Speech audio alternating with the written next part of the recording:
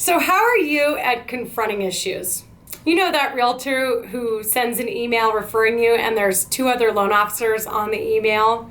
Or they tell you in a coffee appointment that they always refer 3 cards or you're on the list?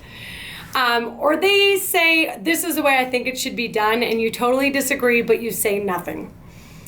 This is where we must always improve, because otherwise this business is frustrating and it sucks the will to live when we're not confronting issues and speaking our truth. You gotta state an opinion. I just spent the day with Lizzie Hofer yesterday. She had an unbelievable day of dominance. A lot of fellow coaches of mine from around the country came in to learn about her and her fabulous team's process and how they've closed, 70 to 90 loans a month for several months in a row. And what I learned about Lizzie is she said, look, you've got to take a stance. You've got to ask people, are you open to feedback? Are you open to a professional opinion? They don't want a loan officer to give them a bunch of options to then let them choose. We need to say, in my professional opinion, this is what you should do. Interesting strategy, but can I give you some advice? Are you open to feedback? You're giving out 3 business cards. Can we work through that a little bit? Have you ever started to think what that feels like to the client when you give them 3 options, or when 3 lenders start calling them immediately and it gets kind of aggressive? Have you ever thought what that feels like to the loan officer who's having to go above and beyond over and over and over again, but yet somehow still has to compete and fight for every deal? Have you ever thought about what it would feel like if I were to refer a client and give your name and 2 other realtors at the exact same time?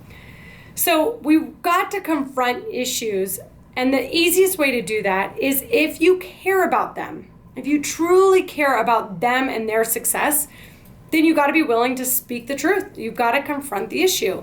So you can say things that are pretty harsh, pretty real, and pretty true, as long as they know you care about them. It's when that we're saying things only for our benefit that doesn't really work, and you can create a lot of defense. But if you really care about the other person, and in this case, if it's a real estate agent, we're only going to get paid when they get paid. We're only successful if they're successful. So why wouldn't we say, hey, time out. I just got to challenge you on this, because I've been doing this a long time. I work with a ton of agents, and I have a group of agents that are really successful. They convert at a high rate. Clients love the experience, and I would bend over backwards, kill myself for them because of how strongly they refer me and how we fight for each other and have each other's backs. And then I have other agents that really don't do that, and I feel like they struggle and I struggle. And so I just kind of want to share this with you and go over how we might think about this. You got to be willing to say that only because you care about them being successful, so that we can then in turn be successful. So whatever it is, whether it's how we're answering the phone, whether it's, how a realtor is referring you or not referring you, how they send over a lead, are they edifying you and speaking highly of you in the right way? If not, confront the issue. Hey, I noticed that you've referred me 2 clients lately and I really appreciate it, but for some reason right away they asked me, what's your rate? I'm just curious, what are those clients saying to you before you refer them to me? Would it be okay if I give you a script, maybe even a text message that you could copy and paste onto a client referral text between you, me, and the client? Would that be okay? I just know that there's a better way, because these people are running me ragged, and I gotta think if they're running me ragged, they're running you ragged. If it comes from a place of love, you can confront the issue, but don't just let it lie. You will spin yourself around in circles. You will get animosity, you will get resentment, you will feel frustrated, and you will get down and out about this business rather than speak your truth. And if they can't handle it, if they take things personally, if they freak out, that's on you.